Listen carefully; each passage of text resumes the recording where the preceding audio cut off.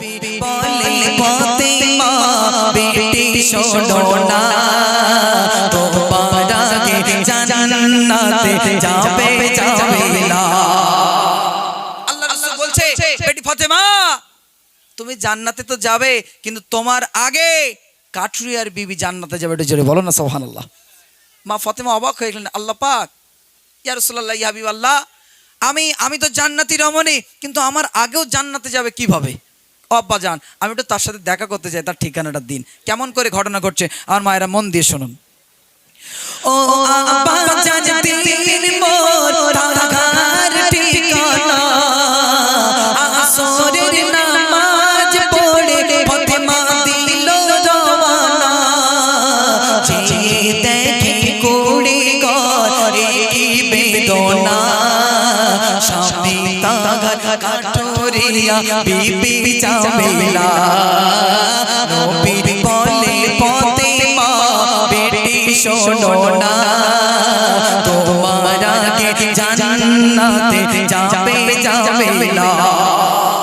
মা ফাতেমা কাঠুরিয়ার ঘরের পৌঁছে গেলে গিয়ে সালাম দিচ্ছে, আসসালামু আলাইকুম। ঘরের ভিতর থেকে কোনো আওয়াজ আসে না, হঠাৎ করে আওয়াজ আসলো, আমি মা ফাতেমা এসেছি, কাঠুরিয়ার বিবি জামিলা তোমার সাথে একটু দেখা করতে এসেছি। মা ফাতেমা আপনি জান্নাতের রমণী, আপনার সাথে দেখা করার আমারও ইচ্ছা ছিল, কিন্তু আমার স্বামীর আদেশ নেই আপনার সাথে দেখা করার। আজকে আপনি চলে যান, আগামী কালকে আসুন। আমার স্বামীর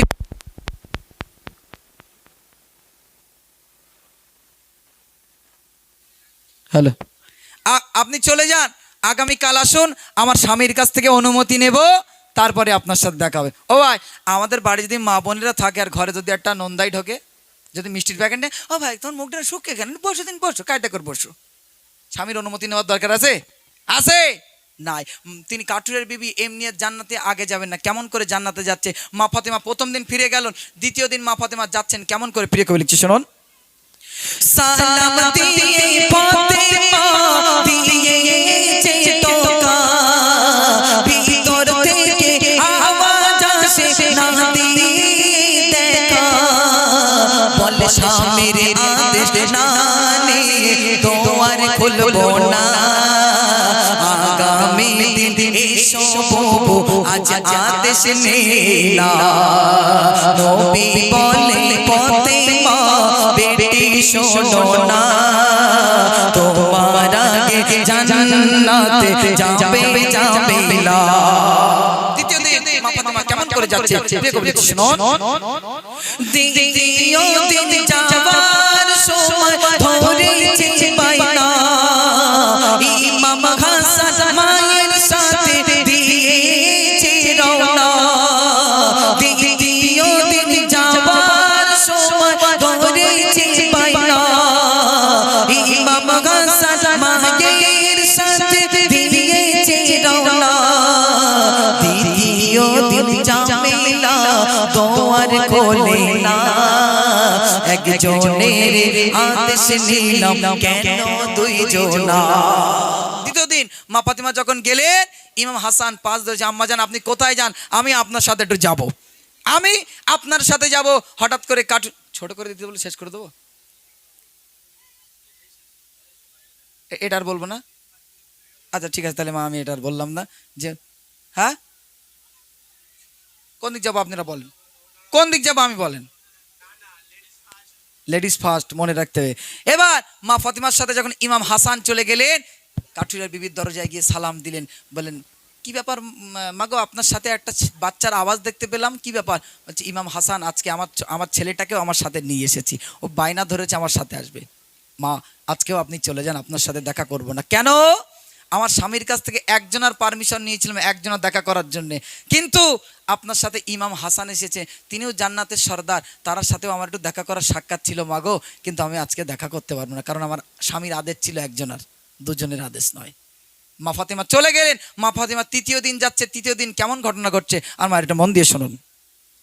তৃতীয় দিন যাওয়ার সময় একই ঘটনা, ইমাম হোসেন মায়ের সাথে যেতে বলে না, সেদিনেও জামিলা দরওয়াজা খোলে না, বলে দুইজনের আদেশ নিলাম কেন তিনজনা।